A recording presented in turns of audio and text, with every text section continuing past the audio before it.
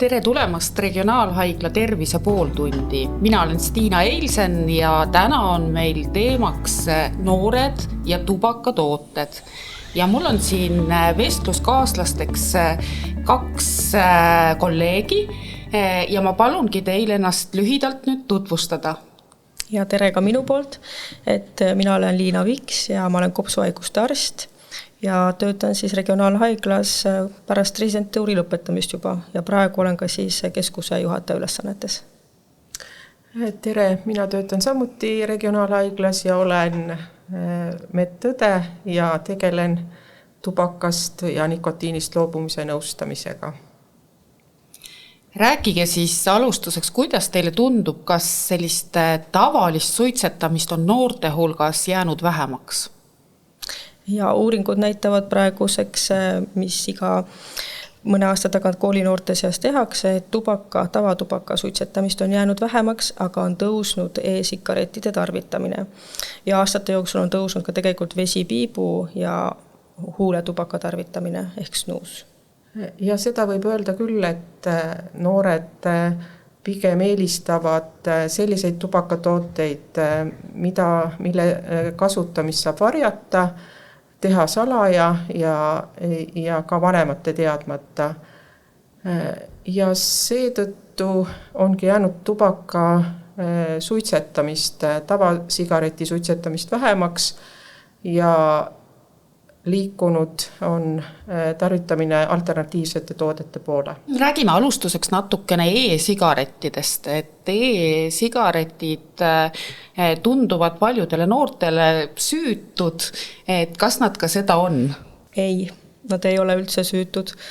Et müüdid, mis e-sigarettide kohta levivad, need on tegelikult kõik kummutatavad ja e-sigaretid sisaldavad tegelikult väga palju rohkem nikotiini, et 1 milliliitri e-sigareti vedeliku ära suitsetamisel saab organism tegelikult 20 milligrammi nikotiini, mis on võrdne terve paki suitsude ära suitsetamisega.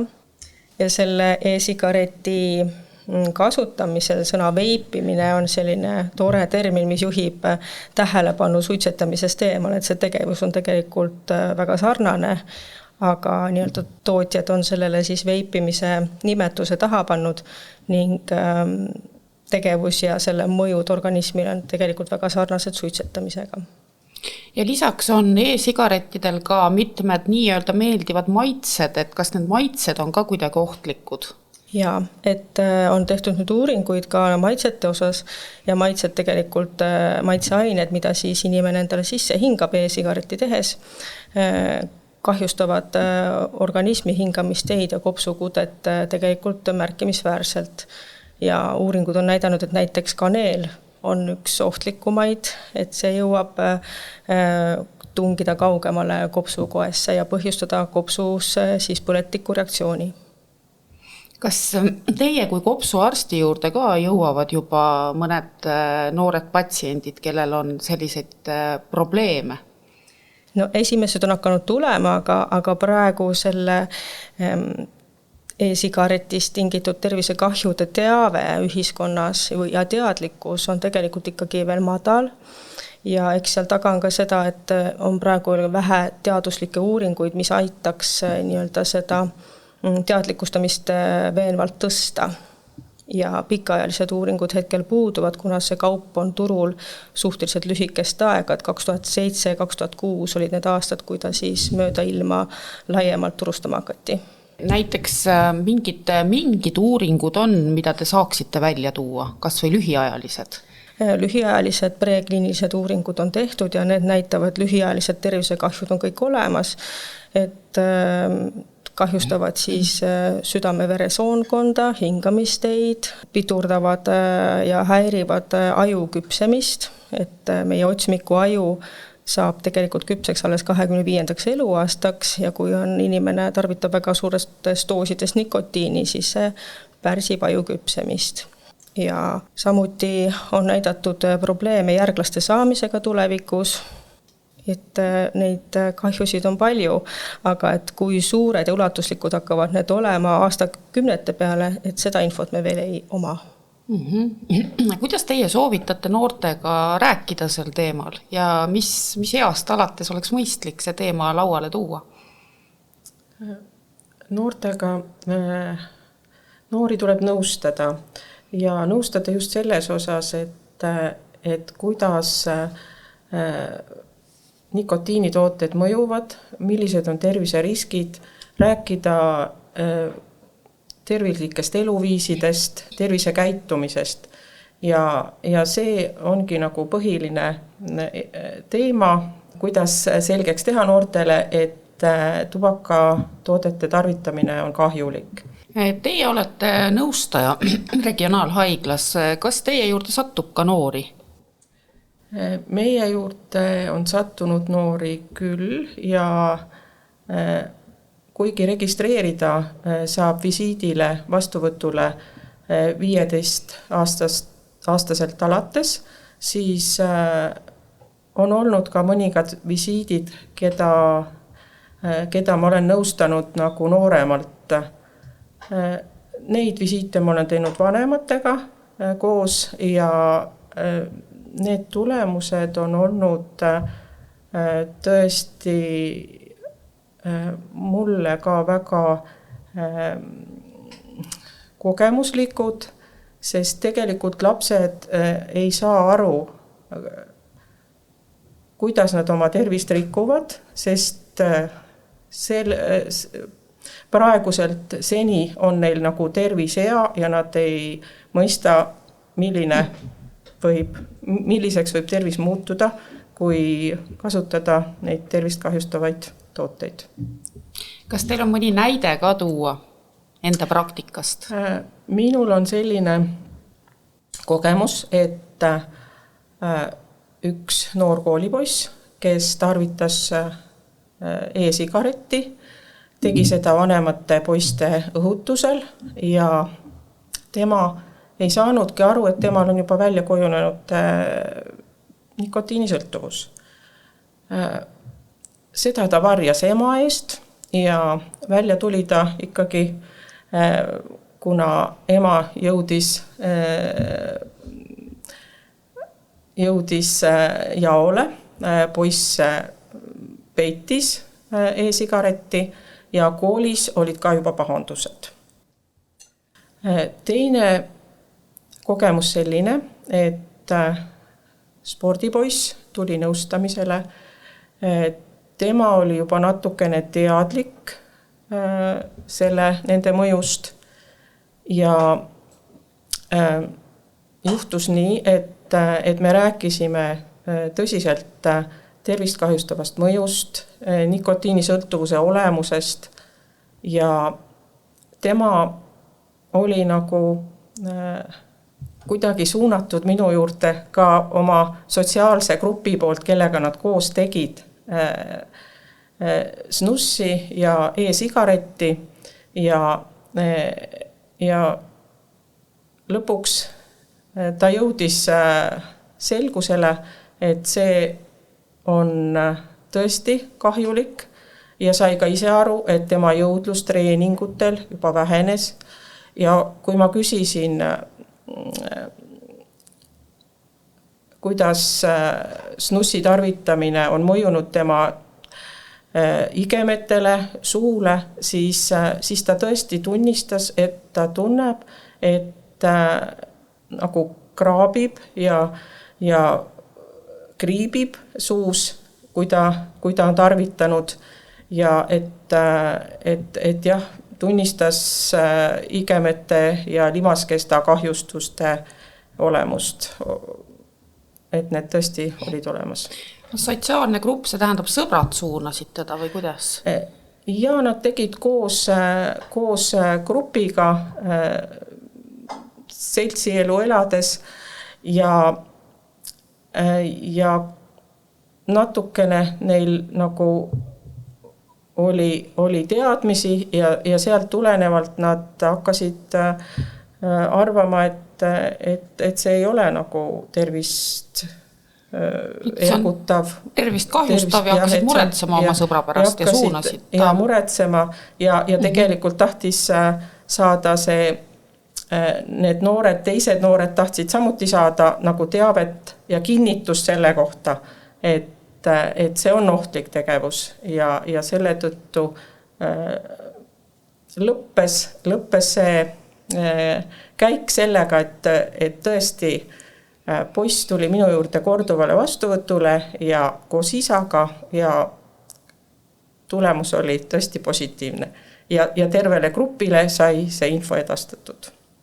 Kõik lõppes hästi. Tegelikult on sõprade mõju hästi oluline, et seda on rõõm kuulda, et kõik sõbrad ikkagi said teadmisi juurde ja oskasid sellest ilmselt ka järeldusi teha.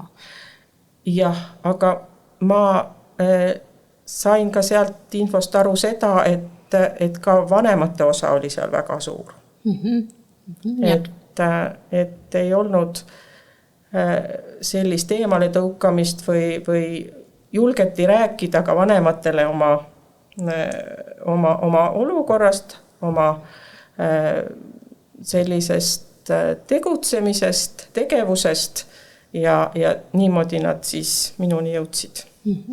Räägimegi natuke snussi tervise mõjudest, et minul on üks noor tuttav, kes ütles mulle, et snuss kui selline on tegelikult väga-väga leebe ja süütu, et ta on nendest tubakatoodetest ikka kõige leebem. Et kuidas seda arstina kommenteerida? See on ilmselt üsna levinud arusaam. Ja samamoodi, et sealt ei tule nii-öelda seda suitsu ega auru, et kuidas ta saab siis kopsudele kahjulik olla.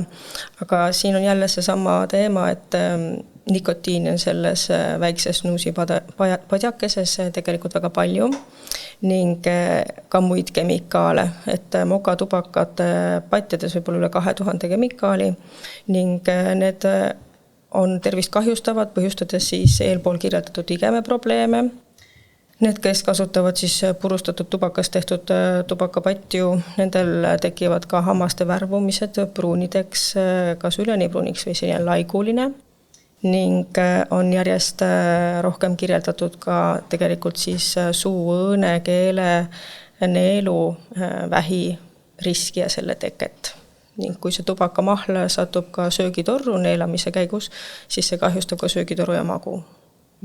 Ma olen lugenud, et isegi südant. Ja. Räägiksin veel natukene sellest snussi tarbimisest. Kuna neid padjakesi, nikotiinipadjakesi on väga erinevas nikotiini koguses, siis tihti on ka nii, et tarbija ei saagi aru, kui palju ta seda nikotiini korraga saab. Ja selle tõttu võib väga kergelt tekkida üledoos, nikotiinimürgistus, mis tegelikult on 40–80 milligrammi keha saab nikotiini, siis selles vahemikus oleneb siis keha kaalust, võib inimesel tekkida nikotiinimürgistus. Ja padjakestega on veel selline lugu, et neid pannakse igeme alla ikka 3-4 ka, et mitte nii, et ükshaaval. Ja siis hoitakse seal ka rohkem, kui on ette nähtud ja selle tõttu on see söövitus, lausa limaskesta söövitus tekib, et kui alla neelata seda sekreeti, siis kurgus võib tekkida tugev kripeldus. Et see juba näitab seda, et on saadud nikotiini ülemäära. Milline see mürgistus välja näeb? No mürgistuse nähud on peavalu, uimasus, iiveldus tekib, kui tegelikult keha ei võta enam nikotiini vastu. Et on ka selliseid olukordi, kus tõesti hästi tugeva nikotiinisõltuvusega naine mul oli üks patsient, kes ütleski, et ta suitsetab 2,5 pakki sigareti päevas ja ta ei suuda lõpetada, ta suitsetab kuni iivelduseni, ja lihtsalt ei suuda lõpetada. No kuidas te nõustate siis?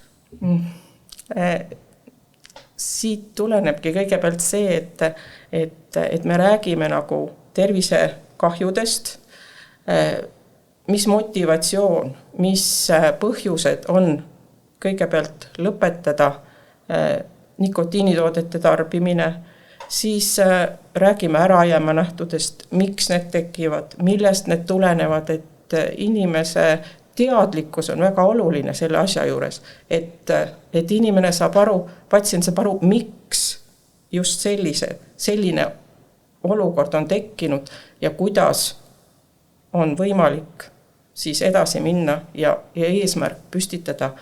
Et oluline on teadlikkus ja see, et inimene peab pidevalt ennast jälgima, et saada sellest üle tegelikult, sest päris tugevad, väga, väga suured tarbijad isegi ei adu, kui nad on juba käe pannud taskusse ja võtnud sealt sigareti või snussi ja juba seda tarbivad.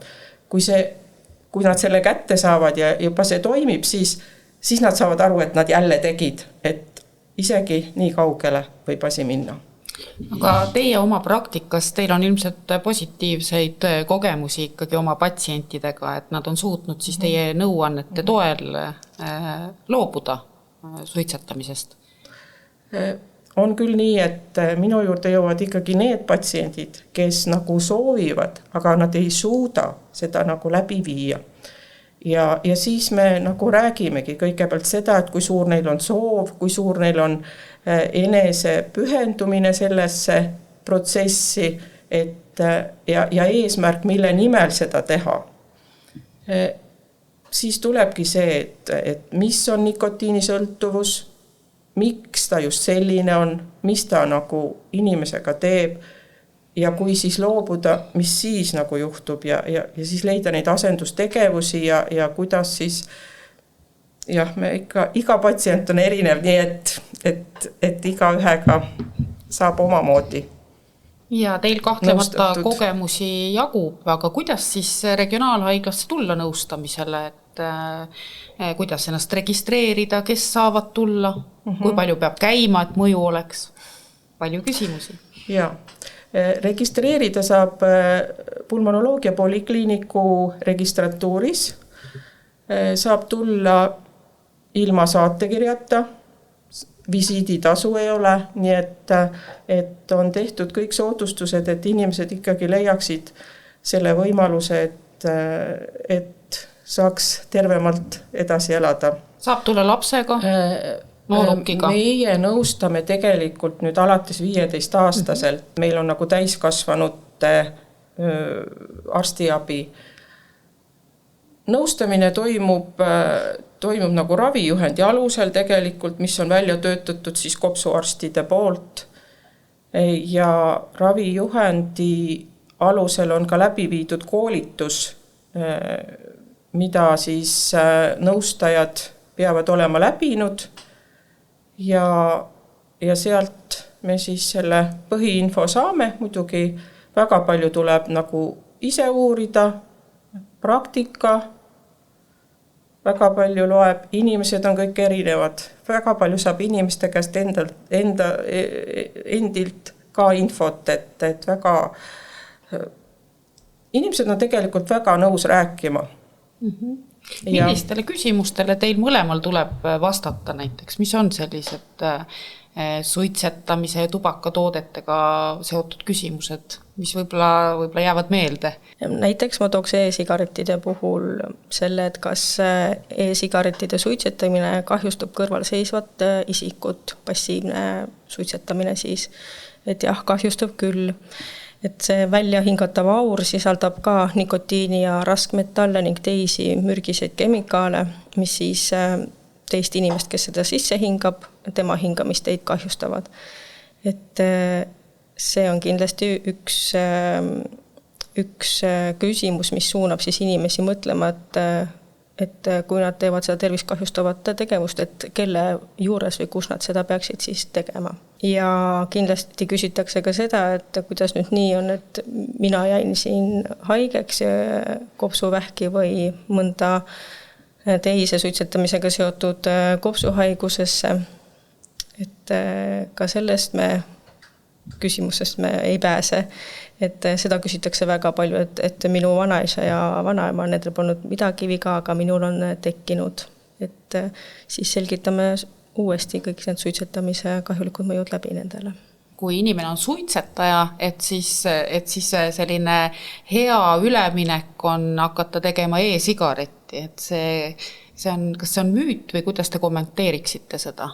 See on hästi libe tee, et tegelikult see ei ole hea variant ja just nikotiinisõltuvus kui selline, mis e-sigareti tarvitamisel tegelikult kasvab, et nikotiini saadakse sealt väga palju ning on oht, et hakatakse mõlemad paralleelselt kasutama erinevaid tooteid ning noorte puhul, kes alustavad e-sigaretist, näidatakse ka seda, et nad kipuvad ka minema siis üle kergemini tavasigareti suitsetamisele või kasutama mitut toodet paralleelselt. Nüüd nende e-sigarettide osas nendel küll märgitakse peale, et mida nüüd see konteiner peaks sisaldama, aga kui tehakse laboratoorsed uuringud, siis need näitavad, et need kontsentratsioonid võivad erineda ning on olnud ka juhtusid, kus siis on peale märgitud, et nikotiini see sigaret ei sisalda, aga laboriandmetel tegelikult sisaldab. Et tuleb ikkagi hästi kriitiline olla. Parem on mitte üldse alustada. Mis siis teie põhisoovitused on, et kuidas sellest loobuda või mis nõude annaksite? Iseseisvalt ei suudeta loobuda, siis loomulikult tulla nõustamisele. Nõustamine aitab, annab tuge, kinnitab võib-olla seda, mida inimene ise mõtleb, ta saab sealt kinnitust, tal saab mõtlemine selgemaks, sest suitsetamisest loobuda tuleb teadlikult ja selleks on vaja enesekindlust ja pidevat enda jälgimist ja teadlikkus aitab siin palju kaasa. Ning noorte puhul lisaksin juurde selle, et igakülgne suhtlus ringis kodu, kool ja noor peaks olema hästi aktiivne, et tegelikult nende vanemad ootavad väga seda infot koolist, kui koolis avastatakse, et klassis on e-sigaret sees ning see on järjest populaarsem, et sellega siis hakata tegelema. Et neid lapsevanemaid, kes soovivad oma last, nagu eelpool kõneldud näide, nii-öelda aidata sellest nikotiinilõksust välja, on ju tegelikult väga palju. Ning et kui üks on päästetud, et siis ta tõenäoliselt aitab ka oma sõpruskonnal, kuhu tal on ju kuuluvusvajadus, paremini sellest välja tulla. Aga kuidas ma lapsevanemana aru üldse saan, et tegelikult lapsel on e-sigaretid kuskil ära peidetud ja ta neid tarvitab ikkagi? Kas mingid käitumuslikud jooned näitavad seda, et ta võiks tarvitada?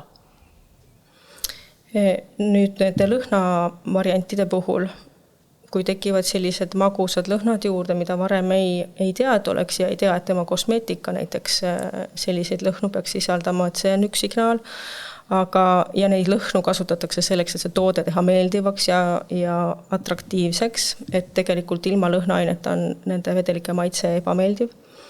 Ning käitumise muster muutub, et nendel lastel tekivad sellised, muutuvad ärevaks, kärsituks, on kuidagi kiiresti ärrituvad, et see näitab seda, et nendel on nikotiinitase madalaks läinud ja nad vajavad uut doosi selleks, et saada uuesti nii-öelda see rahulikkuse mõnu tunne kätte. Midagi veel lisada sellele, kuidas märgata ja mida siis teha? Suhtleme ka, et vanemad suhtleme rohkem lastega, et siis tihti jõuab ka see info lapsevanemani, kui me lihtsalt ei küsi, kuidas sul koolis läks, kõik oli hästi ja rohkem asjasse ei pühendu. Et räägime päevast, räägime, mis koolis toimus, kuidas toimus ja miks toimus, et asjal oleks sisu. See tuleb välja. See tuleb tegelikult välja. kui laps oma probleemidest räägib. Usalduslik suhtlemine Ja. viib tulemusteni. Ja regionaalhaiglas on juba sellel kuul tulemas ka üks kopsuhaiguste teemaline infopäev, et kes sinna võiksid tulla ja mida te teete seal? Ja, et kopsuhaiguste päev on siis tuleval esmaspäeval, 25. septembril ja me avame siis foajees sellise infolaua, kuhu kõik huvilised, kes soovivad saada teavet rohkem levinud kopsuhaiguste kohta, saavad kohale tulla. Samuti me paneme sinna tubakatoodete nõustamise infot välja ning meie siis laud on avatud hommikupoolikul kella 9-st 1-ni. Aitäh teile! Aitäh! Aitäh!